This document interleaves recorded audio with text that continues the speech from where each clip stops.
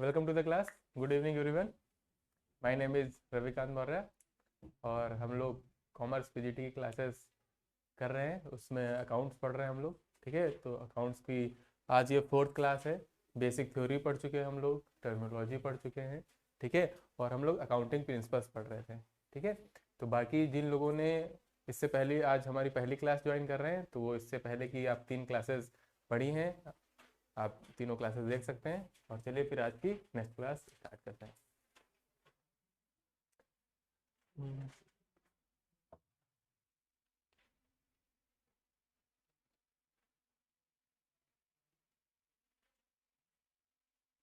हाँ, हम लोग पढ़ रहे थे अकाउंटिंग प्रिंसिपल्स पढ़ रहे थे. ठीक है, अकाउंटिंग प्रिंसिपल्स के सारे कॉन्सेप्ट पढ़ चुके हैं हम लोग. ठीक है, उसमें सारे कॉन्सेप्ट क्लियर हो चुके हैं. 2 कॉन्सेप्ट बचे हुए थे, 2 कॉन्सेप्ट हम लोग और पढ़ लेते हैं. तो बड़ा करना, मोटा करना, नीचे आ रहा था नहीं आ रहा.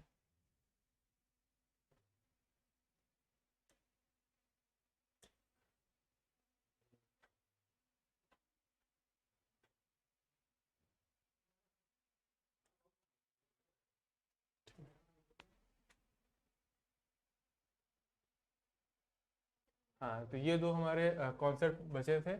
एक था अक्रूवल कॉन्सेप्ट और एक था रिवेन्यू रिकॉग्निशन कॉन्सेप्ट. ठीक है, ये 2 कॉन्सेप्ट हमारे बचे हुए थे, इनको भी आज कंप्लीट कर लेते हैं. ठीक है, ये अक्रूवल कॉन्सेप्ट समझते हैं क्या होता है. देखिए, जो हमारे यहाँ अकाउंटिंग की जाती है ना, इसमें कलर चूज करना, येलो कलर कर दीजिए.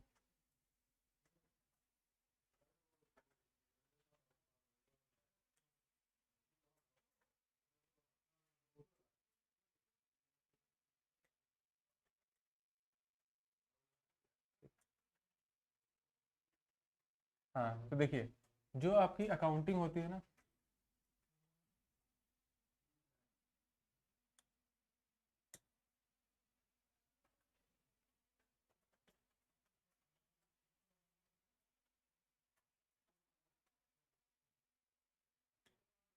हाँ, देखिए, जो आपकी अकाउंटिंग होती है ना, उसको रिकॉर्ड करने के 2 बेसिस होते हैं. ठीक है, अकाउंटिंग करने के 2 बेसिस होते हैं. एक होता है कैश सिस्टम,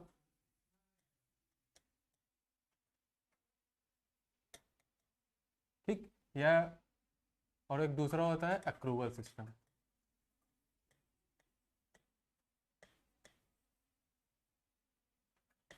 ठीक, 2 सिस्टम होते हैं. इसको कैश सिस्टम भी बोला जाता है और कैश बेसिस भी बोला जाता है. ठीक, हमारे यहाँ कोई भी ट्रांजैक्शन होगा तो उसको 2 बेसिस होते हैं रिकॉर्ड करने के. पहला बेसिस होता है हमारा कैश बेसिस पर और दूसरा होता है हमारा अक्रूवल बेसिस पर. अब समझिए इसमें होता क्या है.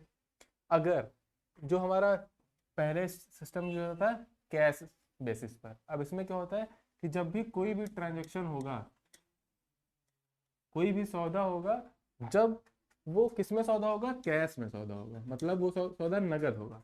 अगर जब नगद में हमको, जैसे मान लेते हैं हमने सेल किया, ठीक, अगर हमने कुछ भी सामान बेचा, अगर उसी टाइम हमको पैसा मिल गया, तब तो हम सेल की एंट्री रिकॉर्ड करेंगे. अगर यहीं पे हमने क्या कर दिया, उधार बेच दिया, अगर उधार बेच दिया तो हमको पैसा मिला, पैसा तो अभी नहीं मिला है. तो इस अकाउंटिंग सिस्टम के, कैश बेसिक अकाउंटिंग सिस्टम के अकॉर्डिंग, अगर हमको, जब हम तभी रिकॉर्ड करेंगे जब हमको कैश में रिसिप्ट हुआ हो या कैश में हमने पेमेंट किया हो. अभी देखिए, अगर हम सेल को हमने नगद विक्रय किया तो हम इसकी एंट्री कर लेंगे, लेकिन जब हमने उधार विक्रय किया तो उधार विक्रय की कोई एंट्री नहीं होगी. क्यों? क्योंकि इसमें एंट्री तभी करेंगे, हम रिकॉर्ड तभी करेंगे जब हमको पैसा जो होगा मिल जाएगा. या तो पैसा मिलेगा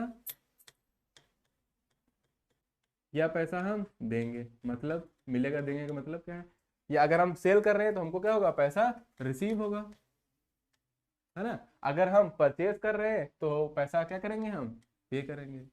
जब कैश में रिसीव होगा और जब कैश में ही पेमेंट होगा, तभी हम रिकॉर्ड करेंगे बुक्स ऑफ अकाउंट में, अदरवाइज हम रिकॉर्ड नहीं करेंगे. ये हमारा बोलता है अकाउंटिंग सिस्टम. ये कैश अकाउंटिंग सिस्टम हमारा बोलता है कि ये क्या कहता है कि जब भी आपको कैश में ट्रांजेक्शन करेंगे, चाहे आप किसी भी तरह का ट्रांजेक्शन हो, चाहे इनकम हो चाहे एक्सपेंडिचर हो, अगर आपने कैश में किया है तब तो उसका रिकॉर्ड रखेंगे। अगर कैश में नहीं, जैसे अभी ने बताया ना, उधार हुआ तो उधार बिक्री सेल तो हो गई लेकिन क्रेडिट पे हुई तो हम इसको रिकॉर्ड नहीं कर रहे हैं। हम कब रिकॉर्ड करेंगे, जब वो कैश में ही होगी। ठीक है,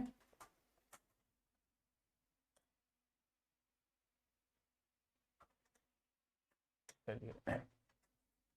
और दूसरा जो था हमारा अक्रूवल सिस्टम, ये क्या बताता था, ये बोलता था कि चाहे हमारी कैश हमको मिला हो या ना मिला हो, अगर कोई भी ट्रांजैक्शन, जैसे ही ट्रांजैक्शन हुआ वैसे ही हम उसको रिकॉर्ड कर लेंगे, whether it is in cash और क्रेडिट। ठीक है, ये ध्यान रखिएगा। और जो अक्रूवल सिस्टम या अक्रूवल बेसिस पर अकाउंटिंग जो होती है, उसमें क्या है, उसमें कैश के जस्ट अपोजिट है। कैश में हुआ तब भी रिकॉर्ड करेंगे, क्रेडिट पे हुआ तब भी रिकॉर्ड करेंगे। तो यही होता है हमारा अक्रूवल सिस्टम। ठीक है, आज के टाइम पे हम मोस्ट ऑफ द कंपनीज कौन सा सिस्टम यूज करती हैं, अक्रूवल सिस्टम ऑफ अकाउंटिंग। कि भले ही आपने कोई भी ट्रांजेक्शन किया है, चाहे इनकम के लिए चाहे एक्सपेंस के लिए, ट्रांजेक्शन हो गया तो आपको रिकॉर्ड करना पड़ेगा, भले ही वो कैश में हुआ हो या क्रेडिट में हुआ हो। ठीक है, तो ये होता है हमारा अक्रूवल सिस्टम, उसी से आपका ये अक्रूवल कॉन्सेप्ट बना है। ठीक, अक्रूवल कॉन्सेप्ट क्या बनता है कि कोई भी ट्रांजेक्शन हुआ है, भले ही उसका पेमेंट, जैसे मान लेते हैं एक और एग्जांपल लेके समझते हैं।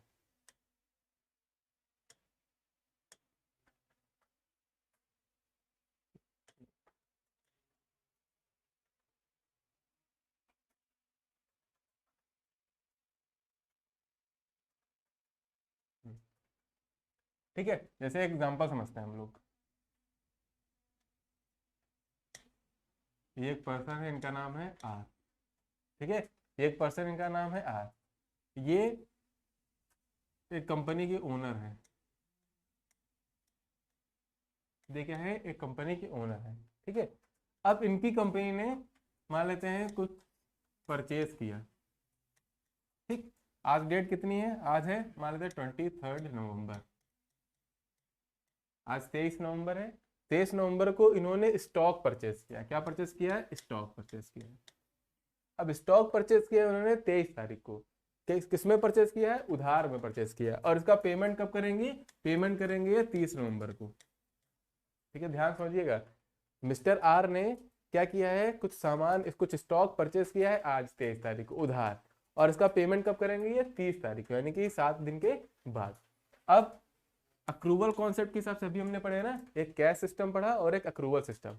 आप बताइए क्या कैश सिस्टम में इसको रिकॉर्ड करेंगे, क्योंकि ये किस पे हुई थी, ये क्रेडिट परचेज हुई है, रिकॉर्ड करेंगे, बताइए आप लोग। नहीं रिकॉर्ड करेंगे। ठीक है, क्यों नहीं रिकॉर्ड करेंगे, क्योंकि कैश सिस्टम क्या बताता था कि जब हमको कैश में पेमेंट हो और कैश में रिसीव हो, ठीक है, तभी हम उसको रिकॉर्ड रखेंगे अपने यहाँ, अदरवाइज नहीं रखेंगे। लेकिन हम क्या पढ़ रहे हैं, हम अक्रूवल कॉन्सेप्ट पढ़ रहे हैं। अक्रूवल कॉन्सेप्ट ने क्या बताया कि जैसे ही ट्रांजेक्शन होगा, भले ही वो कैश में हुआ हो या क्रेडिट पे हुआ हो। ठीक, अभी हमने परचेस किया, पैसा हमने पेमेंट किया, नहीं पेमेंट किया, फिर भी ट्रांजेक्शन हो गया तो उसको अक्रूवल कॉन्सेप्ट के हिसाब से रिकॉर्ड कर लेंगे। ठीक है, अब 30 नवंबर को हमने इसका क्या कर दिया, खरीदा है तो उसका पेमेंट करेंगे हम, है ना। अब अकाउंटिंग कैश सिस्टम के अकॉर्डिंग हम क्या करेंगे, अब 30 तारीख को इसको रिकॉर्ड करेंगे, क्योंकि 30 तारीख को हमने इसका भुगतान कर दिया, नगद भुगतान कर दिया। ठीक, तो अक्रूवल कॉन्सेप्ट क्या बताता है कि कोई भी ट्रांजेक्शन हुआ हो, चाहे वो नगद हुआ हो या उधार हुआ हो, आप उसको रिकॉर्ड कर लेंगे। ठीक है, इससे मतलब नहीं है कि वो पैसा कब पेमेंट हुआ, है ना। रिकॉर्ड कब करेंगे हम, 23 नवंबर को। 30 नवंबर को नहीं, मतलब ट्रांजेक्शन आज हुआ, आज की डेट पे हमने उसको रिकॉर्ड कर लिया। ठीक है, यही बताता हमारा अक्रूवल कॉन्सेप्ट। चलिए देखते हैं क्या कह रहा है। Accrual concept is the most fundamental principle of accounting. ठीक है, ये सबसे फंडामेंटल बेसिक प्रिंसिपल है, जैसे अभी हमने आपको बताया है। ठीक है, which requires recording revenues when they are earned and not when they are received. क्या बोल रहा है, रिवेन्यू कब, हम जब ने उसको कमा लिया, यानी कि मान लेते सेल किया ना हमने, सेल की तो हमारी क्या हो गई, ये रिवेन्यू हो गई।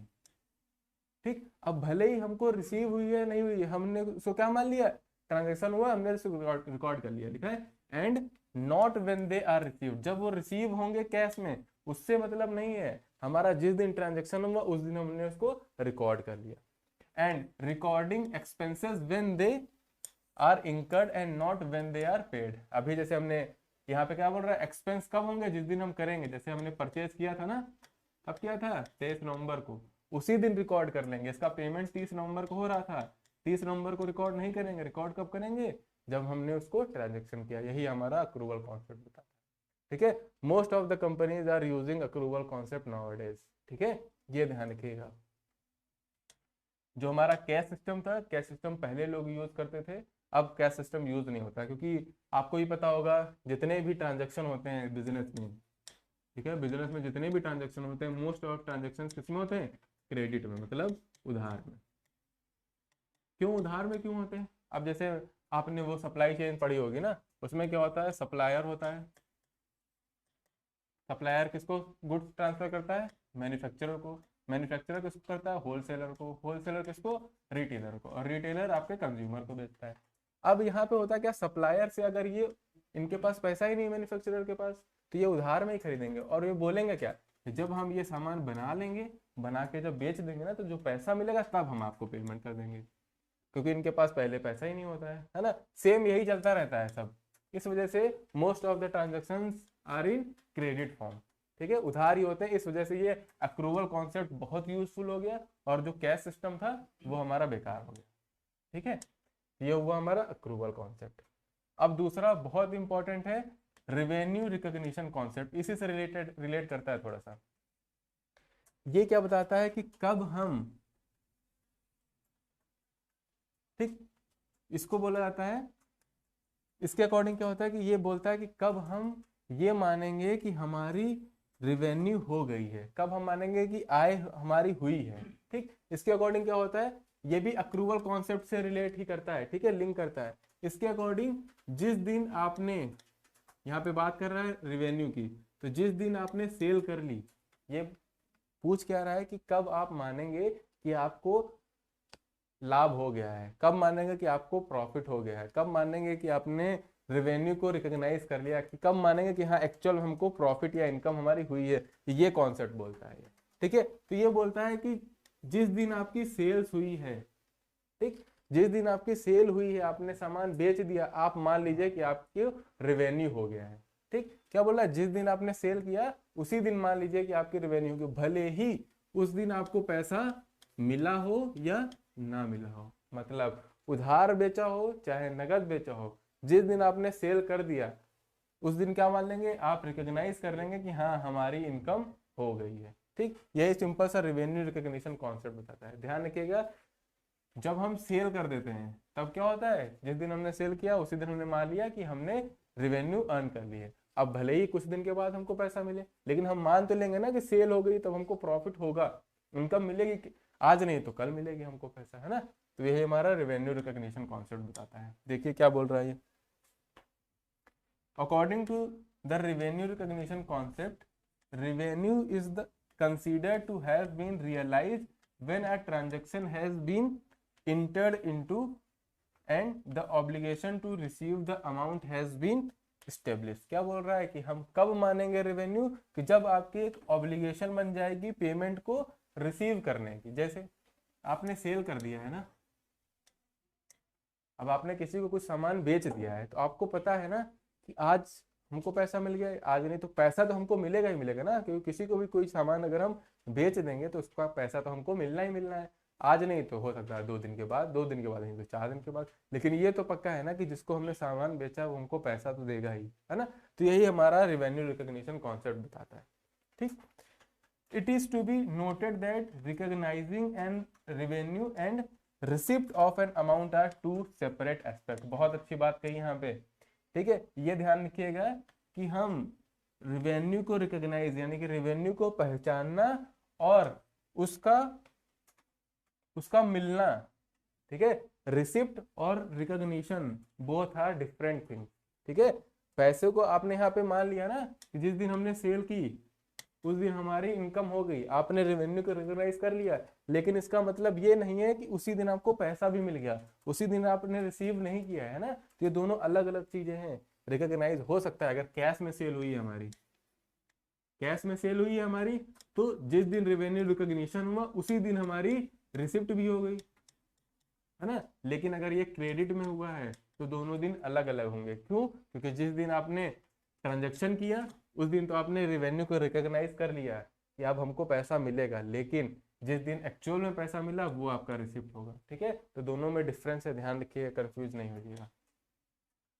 तो ये हो गया हमारा अक्रूवल कॉन्सेप्ट और रेवेन्यू रिकॉग्निशन कॉन्सेप्ट। इनके अलावा और भी आप अब आपको और कोई कॉन्सेप्ट नहीं पढ़ने हैं। जितने भी तरह के कॉन्सेप्ट थे आपने सारे कॉन्सेप्ट पढ़ लिए हैं। ठीक है, इन्हीं से क्वेश्चन बहुत बनते हैं, ध्यान रखिएगा। चलिए ठीक है, अब हमको क्या पढ़ना है? अब हमने कॉन्सेप्ट पढ़ लिए हैं।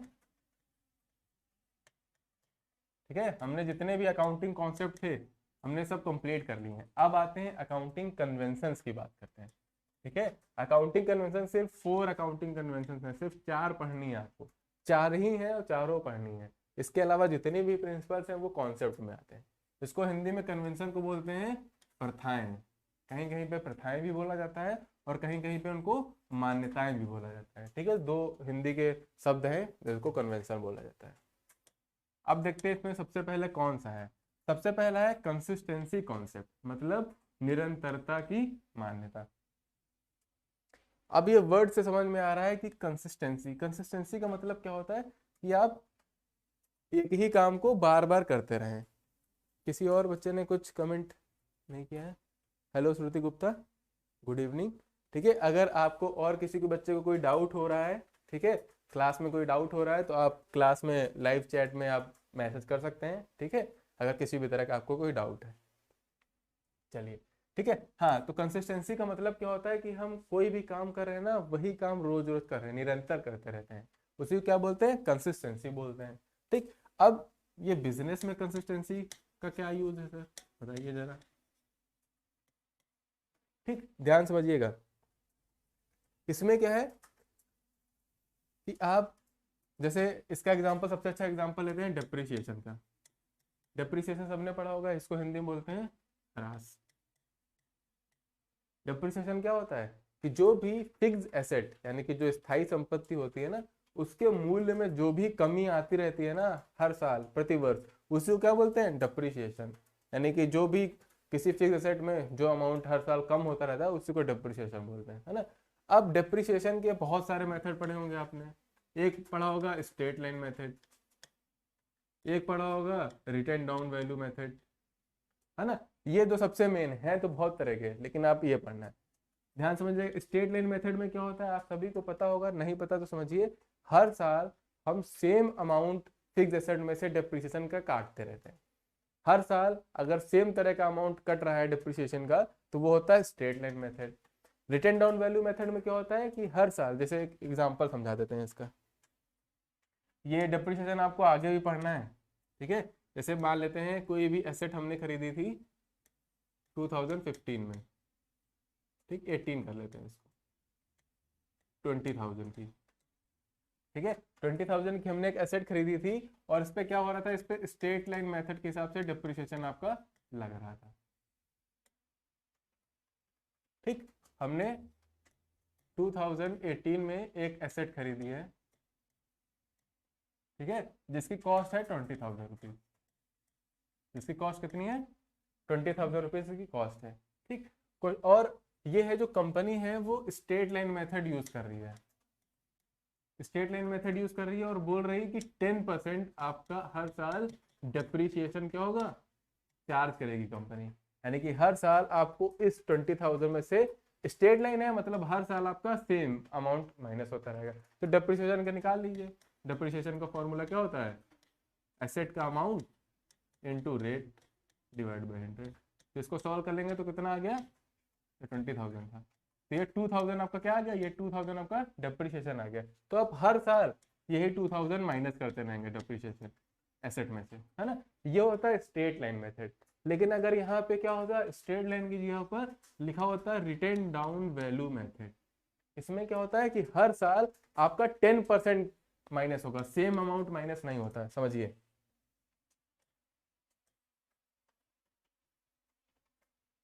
ठीक, अब देखिए डेप्रिसिएशन आपने निकाल लिया था एक साल का, ठीक, 2,000 आया। तो देखिए फर्स्ट ईयर में आपकी एसेट की वैल्यू कितनी थी? 20,000। ठीक, उसमें से आपने 2,000 डेप्रिसिएशन का माइनस कर दिया तो आपका बैलेंस कितना बचा? 18,000। है ना। अब जो सेकेंड ईयर होगा, सेकेंड ईयर इस 18,000 का आप 10% डिप्रिशिएशन निकालेंगे, जो कि कितना आ रहा है 1800। ये आप सेकेंड ईयर माइनस करेंगे डिप्रिशिएशन।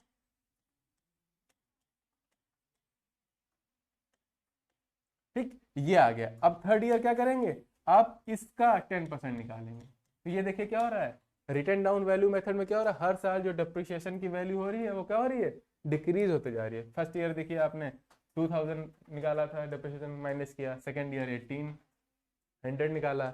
अब इस साल में कितना हो जाएगा, इसका 10% निकाल लेते हैं, 1620 रुपए कटेगा।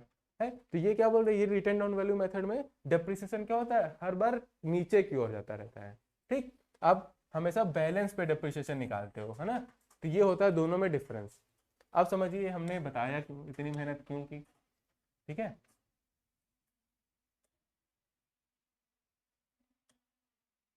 ठीक, इतनी मेहनत हमने क्यों की, देखिए समझिए क्यों की हमने इतनी मेहनत।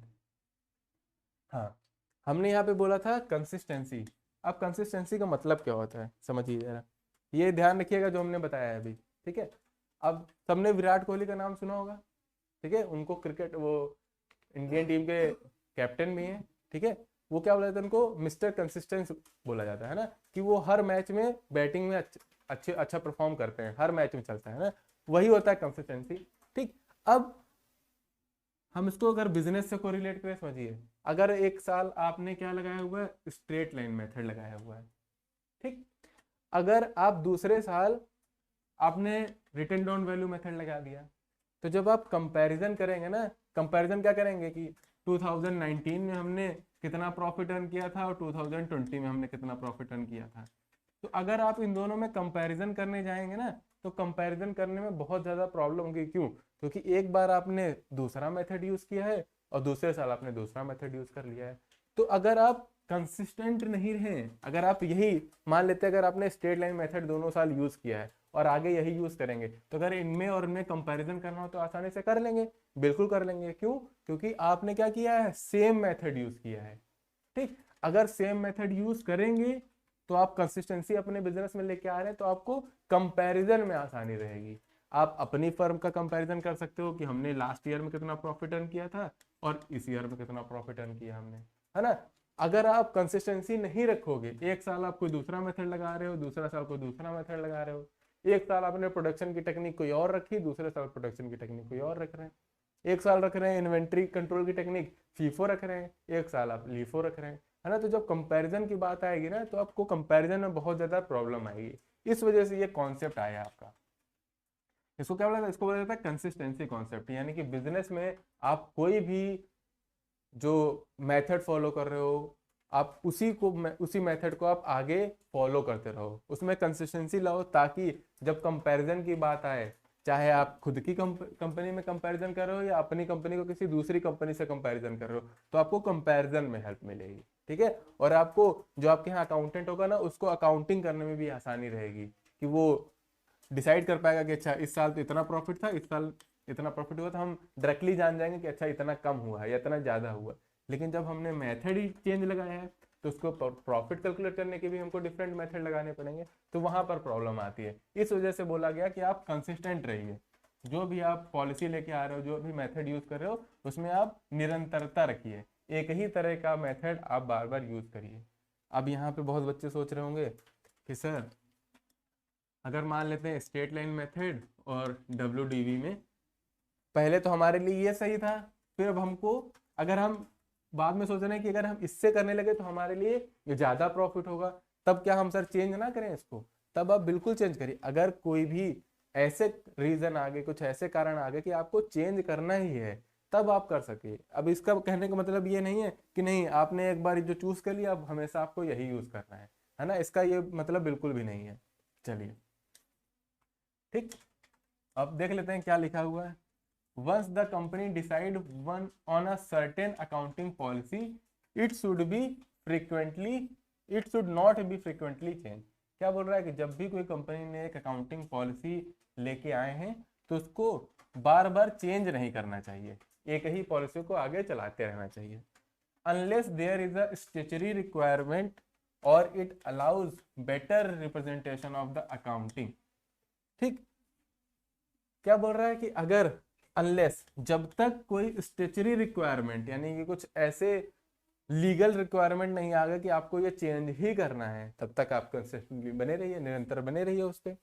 ठीक, या फिर और it allows better representation of the account, या अभी जैसे मैंने बताया ना, अगर स्ट्रेट लाइन की जगह पर आप रिटन डाउन वाला यूज करें तो आपकी कंपनी ज्यादा अच्छी ग्रोथ करेगी, तो आप वो वाला यूज कर लीजिए, है ना।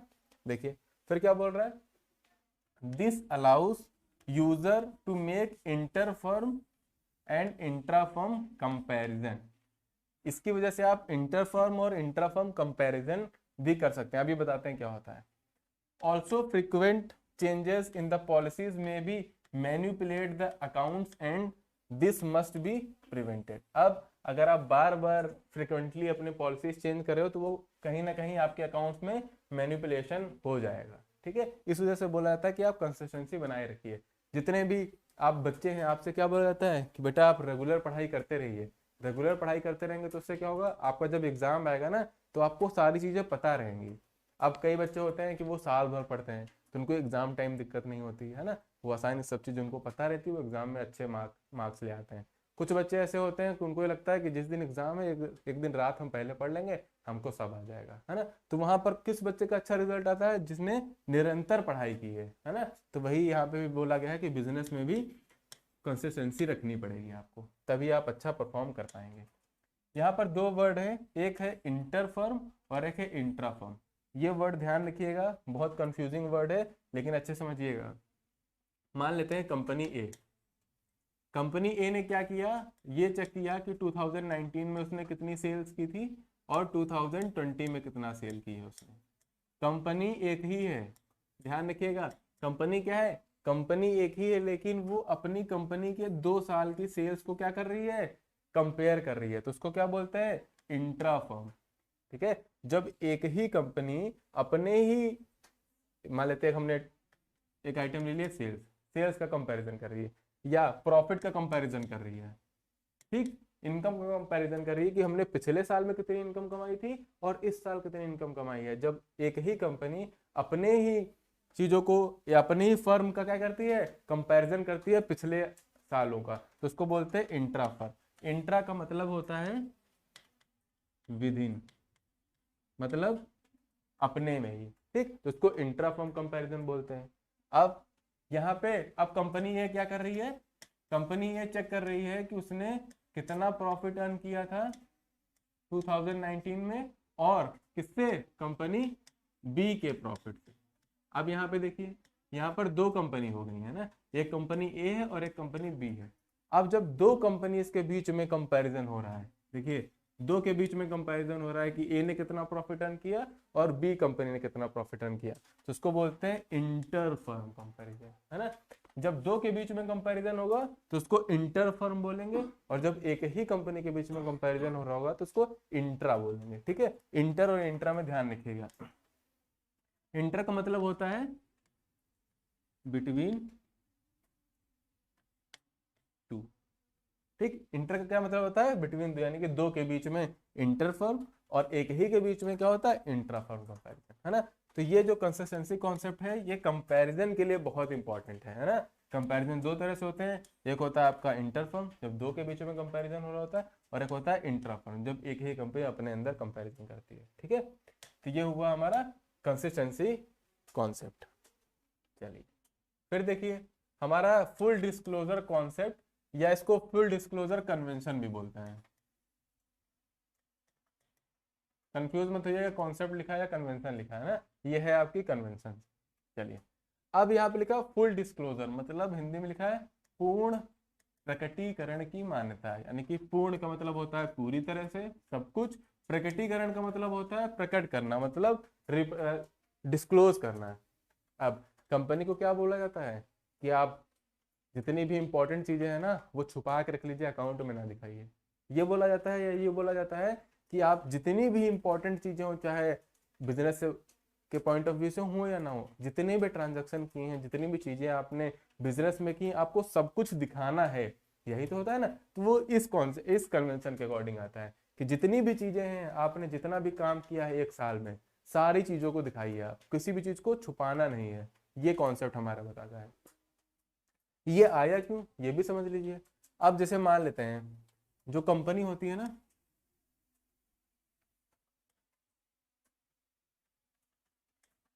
जो कंपनी होती है उसके रियल ओनर कौन होते हैं,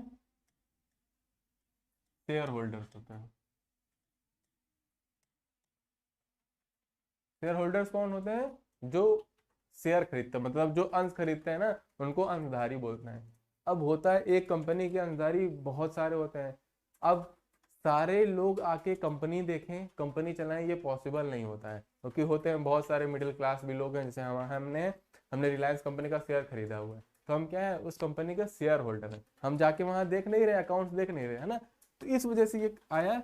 अब वहां पर कितना प्रॉफिट हो रहा है, कितना लॉस हो रहा है, हमें पता है नहीं पता है। हमको कैसे पता चलेगा, जब उनके फाइनल अकाउंट बनेंगे, जब प्रॉफिट एंड लॉस अकाउंट बनेगा, बैलेंस शीट बनेगी, तभी तो हम जान पाएंगे ना कि एक्चुअल में इतना प्रॉफिट हुआ है या लॉस हुआ है। उससे पहले हम नहीं जान पाएंगे। ठीक। अब हो सकता है कि कंपनी वाले क्या करें, प्रॉफिट ज्यादा हो रहा हो और दिखा कम दे, है ना। हो रहा हो प्रॉफिट, दिखा रहे हो लॉस, कि लॉस क्यों दिखा रहे होंगे, उससे उनका क्या फायदा है। देखिए, अब लॉस हुआ है तो शेयर होल्डर को डिविडेंड मिलेगा, बताइए आप लाभांश बांटेंगे, नहीं बांटेंगे, क्यों। जब हम उनके पास मांगने जाएंगे कि भैया हमको लाभांश तो दे दो, डिविडेंड दे दो, तो वो कहेंगे देखिए ना हमको प्रॉफिट हुआ है, तो प्रॉफिट नहीं हुआ तो हम कहाँ से दें, रोना शुरू कर देंगे वो, है ना। इसी वजह से, लेकिन हुआ उनको प्रॉफिट है तो उन्होंने डिविडेंड का पैसा बचा लिया। अब प्रॉफिट नहीं हुआ है तो वो टैक्स भी नहीं देना पड़ेगा उनको, क्योंकि गवर्नमेंट ऑफ इंडिया क्या कहती है कि जितना आप प्रॉफिट अर्न करते हो उस पर हमको टैक्स देना है। तो वो गवर्नमेंट से रोना शुरू कर देंगे कि देखिए गवर्नमेंट जी, हमको तो प्रॉफिट ही नहीं हुआ तो हम टैक्स कहाँ से दें, है ना। तो ये देखिए इन्होंने दो का पैसा बचा लिया, और हम है ओनर, हम है, हमने शेयर से पैसा उनको दिया, और हमारा ही पैसे से वो प्रॉफिट कमा रहे हो, हमको तो कुछ दे भी नहीं रहे। इस वजह से इसको, इन सारी चीजों को रोकने के लिए क्या लाया गया, फुल डिस्क्लोजर का कॉन्सेप्ट लाया गया, कि जितनी भी चीजें हैं आप दिखाना पड़ेगा आपको अकाउंट्स में, ताकि रियल जो प्रॉफिट हो और जो रियल उसके मालिक हैं, जो रियल हकदार हैं, उनको उसका पूरा लाभ मिले। ठीक, ये होता है हमारा फुल डिस्क्लोजर। चलिए देखते हैं क्या लिखा है। This concept state that all relevant information will be disclose in the accounting statement. क्या बोल रहा है, जितनी भी रेलिवेंट, जितनी भी महत्वपूर्ण जानकारियां हैं, महत्वपूर्ण इंफॉर्मेशन है, वो क्या करना चाहिए, डिस्क्लोज करना। डिस्क्लोज का मतलब होता है दिखाना। ठीक, अपने अकाउंटिंग स्टेटमेंट में सारी चीजें दिखाना चाहिए। A lot of external users depends on these financial statements for their information to make investing decision। क्या है, अब जितने भी यूजर्स होते हैं, यूजर्स आपके अकाउंटिंग यूजर्स दो तरह के होते हैं, ध्यान रखिएगा। एक होते हैं इंटरनल और दूसरे होते हैं एक्सटर्नल यूजर। इंटरनल क्या होते हैं, जो कंपनी के अंदर होते हैं, जैसे उसके जो बोर्ड ऑफ डायरेक्टर्स हुए, एम्प्लॉयज हुए, मैनेजर्स हुए, ये इंटरनल हो गए। एक्सटर्नल हमने उस दिन बताया था आपको, जो शेयर होल्डर्स हो गए, इन्वेस्टर हो गए, गवर्नमेंट हो गई, दूसरी कंपनीज हो गई, वो क्या है, एक्सटर्नल यूजर्स है। अब जैसे हम हैं, हम एक इन्वेस्टर हैं, हम किसी कंपनी में कब पैसा इन्वेस्ट करेंगे, हम तभी पैसा इन्वेस्ट करेंगे जब उसमें प्रॉफिट हो रहा होगा, है ना। तो हमको प्रॉफिट पता कहाँ से चलेगा, उसके फाइनेंशियल स्टेटमेंट से तो पता चलेगा। अब फाइनेंशियल स्टेटमेंट में अगर उसने प्रॉफिट दिखाया होगा तब तो हम उसमें पैसा लगा देंगे, और अगर उसने लॉस दिखाया तो हम लॉस में तो अपना पैसा लगाएंगे नहीं। इस वजह से क्या बोला गया ना कि ये एक्सटर्नल यूजर्स के लिए बहुत इंपॉर्टेंट है, क्योंकि वो आपके फाइनेंशियल स्टेटमेंट देख के ही आपकी कंपनी में क्या करते हैं, इन्वेस्ट करते हैं। कोई भी है, अगर आप सोचिए आपके पास 10,000 रुपए हैं, आपके पास दो कंपनीज हैं, ठीक है, आपके पास रुपए कितने हैं, 10,000 रुपए।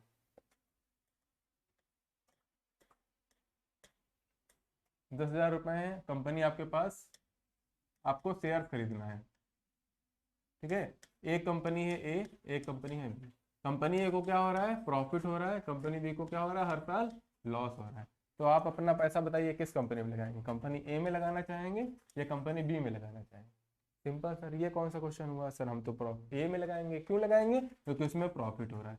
अब ये प्रॉफिट और लॉस पता कहाँ से चल रहा होगा, तो सर वो जो कंपनी है ना, वो अपने फाइनेंशियल स्टेटमेंट बनाएगी, यानी कि बैलेंस शीट और पीएल अकाउंट बनाएगी ना, उसी में लिखा रहेगा सर कि ये फाइनेंशियल स्टेटमेंट है, वहां से पता चलेगा कि उसको प्रॉफिट हो रहा है या लॉस हो रहा है। और ये पता कब चलेगा, कब पता चलेगा सर, जब वो अपने ये फुल डिस्क्लोजर वाला कॉन्सेप्ट है ना, जब ये यूज करेंगे, सारी चीजें बताएंगे, तभी तो हमको ये पता चलेगा, है ना।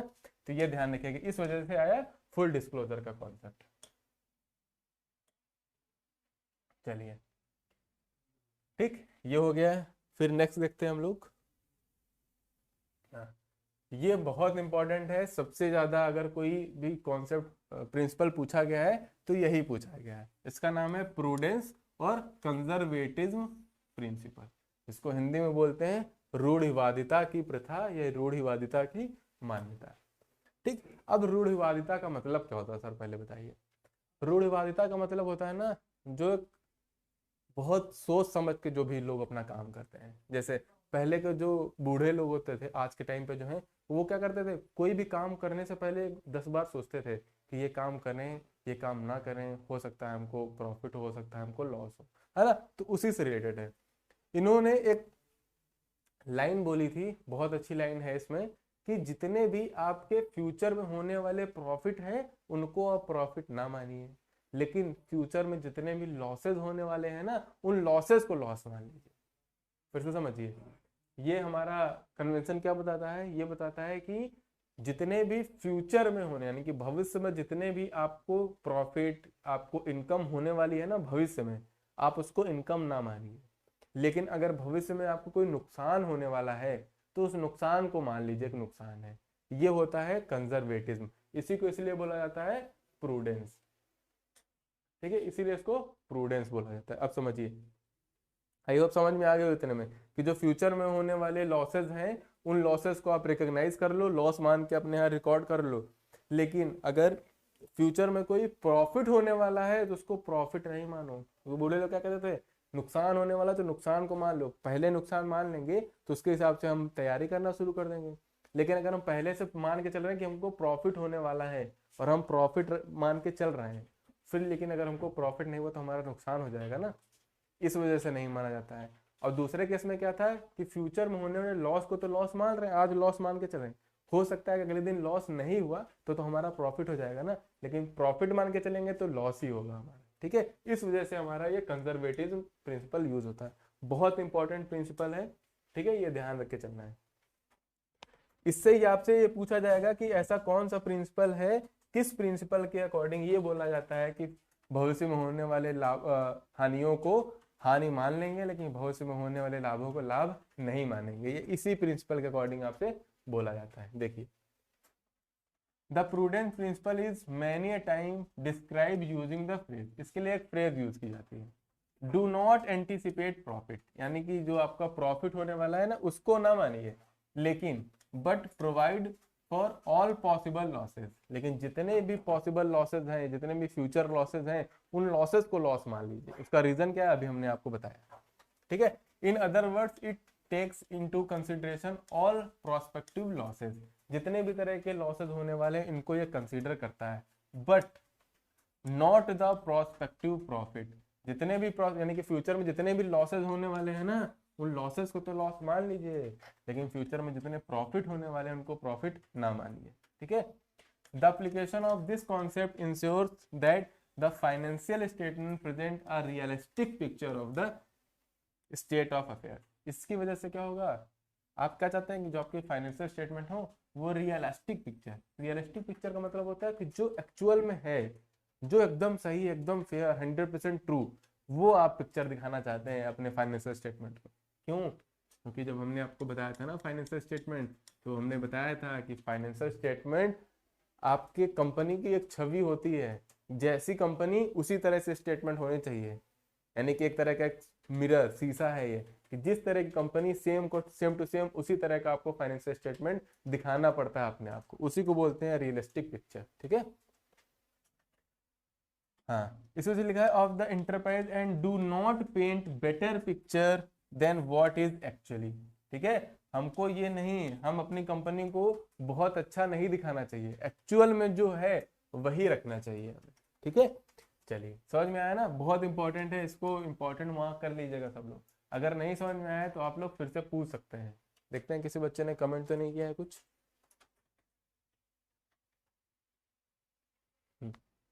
चलिए, सभी को गुड इवनिंग। और अगर किसी और को कुछ डाउट आता जा रहा है तो आप डाउट्स को क्लियर करते चलिएगा। क्लास में आए हैं तो आप नॉलेज लेके जाएं, डाउट लेके नहीं जाना है आपको, ठीक है। तो ये ध्यान रखिए, ये हो गया हमारा प्रूडेंस। इसको आपसे ये भी पूछ सकता है, आपसे पूछेगा कंजर्वेटिज्म प्रिंसिपल या कंजर्वेटिव कन्वेंशन का दूसरा नाम क्या है, ठीक है। ये क्वेश्चन बहुत पूछा जाता है कि कंजर्वेटिज्म का दूसरा नाम क्या है, तो दूसरा नाम क्या है, प्रूडेंस बोला जाता है इसको, ठीक है। ये आपसे पूछेगा प्रूडेंस का दूसरा नाम क्या है, कंजर्वेटिज्म, या कंजर्वेटिज्म का दूसरा नाम प्रूडेंस। ये क्वेश्चन भी पूछा गया था एक बार। फिर हमारी है, एक है मटेरियलिटी कॉन्सेप्ट, मतलब सारता की मान्यता। अब इसमें क्या बोला जाता है, जैसे अगर अच्छा एक एग्जांपल लेते हैं आपसे, ठीक। एक कंपनी है,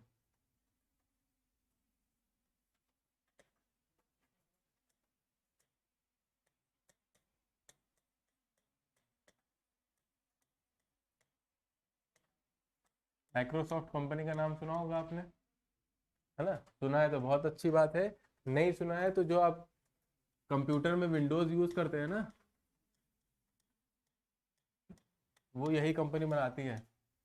सिर्फ यही कंपनी आपको, माइक्रोसॉफ्ट ही है जो आपके जो कुछ तो विंडोज फोन आते हैं और जो जितने भी लैपटॉप हैं वही विंडोज यही कंपनी बनाती है आपके लिए, है ना। तो अब जैसे मान लेते हैं इनका जो ट्रांजेक्शन हो रहा है, जितने भी ट्रांजेक्शन, छोटे से छोटे ट्रांजेक्शन भी इनके करोड़ में हो रहे हैं, ठीक है। इनके ट्रांजेक्शन जितने भी हैं सब करोड़ों में हो रहे हैं, लाखों करोड़ों में। अब वहीं पर कुछ ऐसे ट्रांजेक्शन हैं, कुछ छोटे मोटे खर्चे हैं जो 100 रुपये 200 रुपये में हो रहे हैं, ठीक। ध्यान समझिएगा, एक कंपनी है जिसके जो नॉर्मल ट्रांजेक्शन है, नॉर्मल ट्रांजेक्शन की बात कर रहे हैं, वो करोड़ों में है, ठीक। और कुछ ऐसे छोटे मोटे खर्चे हो गए जो 100 रुपये 200 रुपये 50 रुपये में। तो आप बताइए उस कंपनी के लिए ये ट्रांजेक्शन ज्यादा इंपॉर्टेंट है या ये ट्रांजेक्शन ज्यादा इंपॉर्टेंट है। सर क्या बात कर रहे हैं, यही वाले ट्रांजेक्शन इंपॉर्टेंट होंगे, क्यों, क्योंकि ये तो सर करोड़ों में है, और 100-200 रुपए तो हमारे आपके लिए ज्यादा बड़ी इंपॉर्टेंस नहीं रखते, तो इतने से जहाँ पे करोड़ों के ट्रांजेक्शन हो रहे हैं वहां पर इनके क्या इंपॉर्टेंस रहेगी, है ना। तो यहाँ से ये कॉन्सेप्ट निकल के आया है कि आपके लिए जितने भी जो इवेंट हैं, जितने भी ट्रांजेक्शन हैं जो मटेरियल नेचर के हैं, ये मटेरियल मतलब यूजफुल नेचर के, ये आपके लिए यूजफुल है। हो सकता है कुछ ऐसे भी काम कर रहे हो, ऐसे भी कुछ चीजें हो रही हो जो आपके लिए इममटेरियल है, ध्यान रखिएगा, इममटेरियल मतलब कि उनका ज्यादा प्रभाव नहीं पड़ने वाला है आपके प्रॉफिट या लॉस पे। आपकी कंपनी पर कुछ ऐसी चीजें हैं जिनका बहुत ज्यादा प्रभाव पड़ने वाला है, जिनको बोला जाता है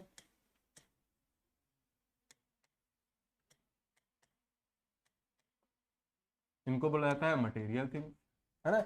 जो आपके लिए बहुत, जो आपकी कंपनी पर, आपके प्रॉफिट पर, आपके लॉस पर बहुत इंपैक्ट कर सकते हैं, वो मटेरियल थिंग्स होती हैं। और कुछ ऐसी भी चीजें होती हैं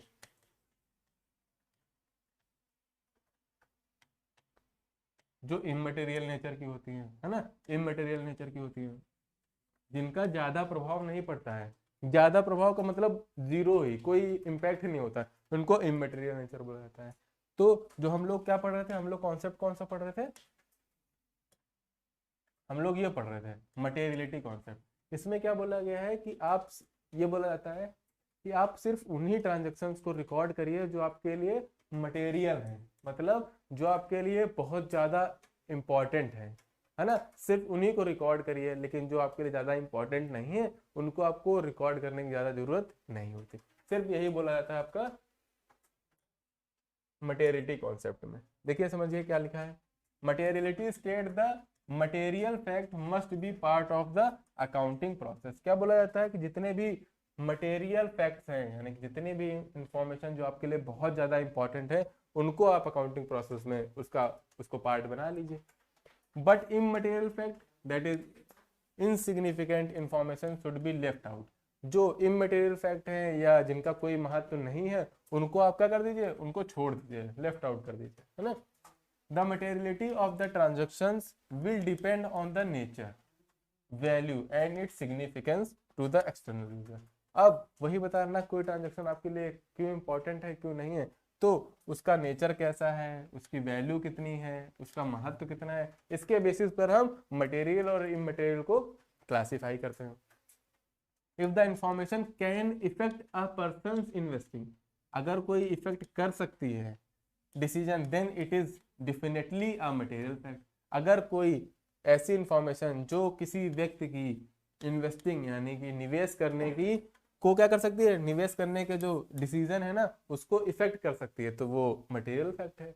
अब जैसे मान लेते हैं ये कंपनी है, ठीक, हम पर्सन है, हमको लग रहा है कि इस कंपनी ने क्या किया है ना, अपने जितने भी उसके एम्प्लॉयज थे, जितने भी उसके पुराने पुराने एम्प्लॉयज थे, एक कंपनी ने उन सारे एम्प्लॉयज को बाहर कर दिया, उनकी जगह पर नए एम्प्लॉयज रख लिए, और उस कंपनी को प्रॉफिट बहुत हो रहा था लेकिन उससे सारे एम्प्लॉयज को निकाल के नए एम्प्लॉय रख लिए। तो आप एज अ इन्वेस्टर बताइए, क्या आप उस कंपनी में इन्वेस्ट करना चाहेंगे जहां पर जितने भी एक्सपीरियंस वाले एम्प्लॉय थे वो सारे चले गए हैं? नहीं करेंगे। क्यों? क्योंकि सर उन्हीं एक्सपीरियंस एम्प्लॉयज की वजह से तो वो कंपनी प्रॉफिट अर्न कर रही थी। तो ये क्या हुआ, ये एम्प्लॉयज को निकालना क्या हुआ, मटेरियल फैक्ट हुआ, क्योंकि इससे आपका डिसीजन क्या हुआ, इफेक्ट हुआ। अगर मान लेते हैं इसकी जगह पर कोई पुराने आपके एम्प्लॉयज हैं, नए एम्प्लॉयज भी आ गए, तो उससे कोई मतलब ही नहीं है। हो सकता है नुकसान तो नहीं होगा लेकिन प्रॉफिट होगा, तो वो आपके लिए इममटेरियल फैक्ट है ना। तो ये होता है मटेरियल और इममटेरियल। तो वही चीज बोला कि जितने भी मटेरियल फैक्ट है, मटेरियल इंफॉर्मेशन, उसको आप रिकॉर्ड करिए, जो इममटेरियल है उसको रिकॉर्ड करने की जरूरत नहीं है। क्यों नहीं है? क्योंकि सर उससे तो आपका कोई डिसीजन इम्पैक्ट होता ही नहीं है, उससे ना डिसीजन इम्पैक्टफुल होता है और ना ही उससे कोई आपके प्रॉफिट या लॉस पर कोई इम्पैक्ट पड़ता है। तो आज हमारे जितने भी अकाउंटिंग प्रिंसिपल्स थे, जितने भी हमारे अकाउंटिंग प्रिंसिपल्स थे आज हमने सारे कंप्लीट कर लिए हैं। ठीक है, ये बहुत इंपॉर्टेंट था क्योंकि सारी हम जितनी भी अकाउंटिंग करते हैं ना सब इन्हीं प्रिंसिपल्स पे बेस्ड रहती है। ठीक है, तो आज की क्लास के लिए बस इतना ही, और थैंक यू। अगर आपको हमारी क्लासेस अच्छी लग रही हैं तो इसको लाइक करें और अपने फ्रेंड्स का शेयर करें और चैनल को सब्सक्राइब करना ना भूलें। अगर आपको कोई क्वेरी हो रही है क्लास से रिलेटेड तो आप लाइव है तो आप चैट बॉक्स में कर सकते हैं, अगर आप बाद में देख रहे हैं तो आप उसको कमेंट